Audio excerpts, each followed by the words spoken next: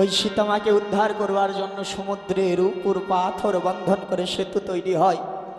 ভগবান রামচন্দ্র একটি বৃক্ষের নিচে বসে থেকে তা দর্শন করে, দেখে ভক্তরা পাথরের গায়ে রাম নাম লিখে জলে ফেলছে আর পাথর ভেসে উঠছে। প্রভু ভাবলেন আমি একটি গিয়ে পাথর ফেলি। প্রভু গিয়ে যখন একটি পাথর জলে ফেলে দিলেন, পাথরটি অতল তলে জলের ভিতরে ডুবিয়ে গেলেন।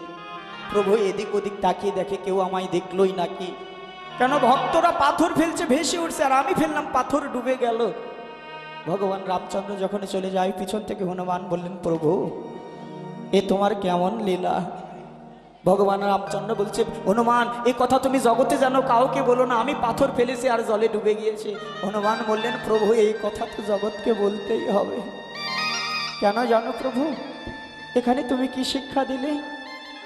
যে ভক্তরা তোমার নামকে আশ্রয় করে তারা এই মায়া সমুদ্রে তারা ভেসে থাকে প্রভু, তাদেরকে তুমি ধরে রাখো। আর তুমি যাকে ছেড়ে দাও প্রভু এই মায়া সমুদ্রে, ওই পাথরের মতো তারা মায়া সমুদ্রের জলে ডুবে যায়।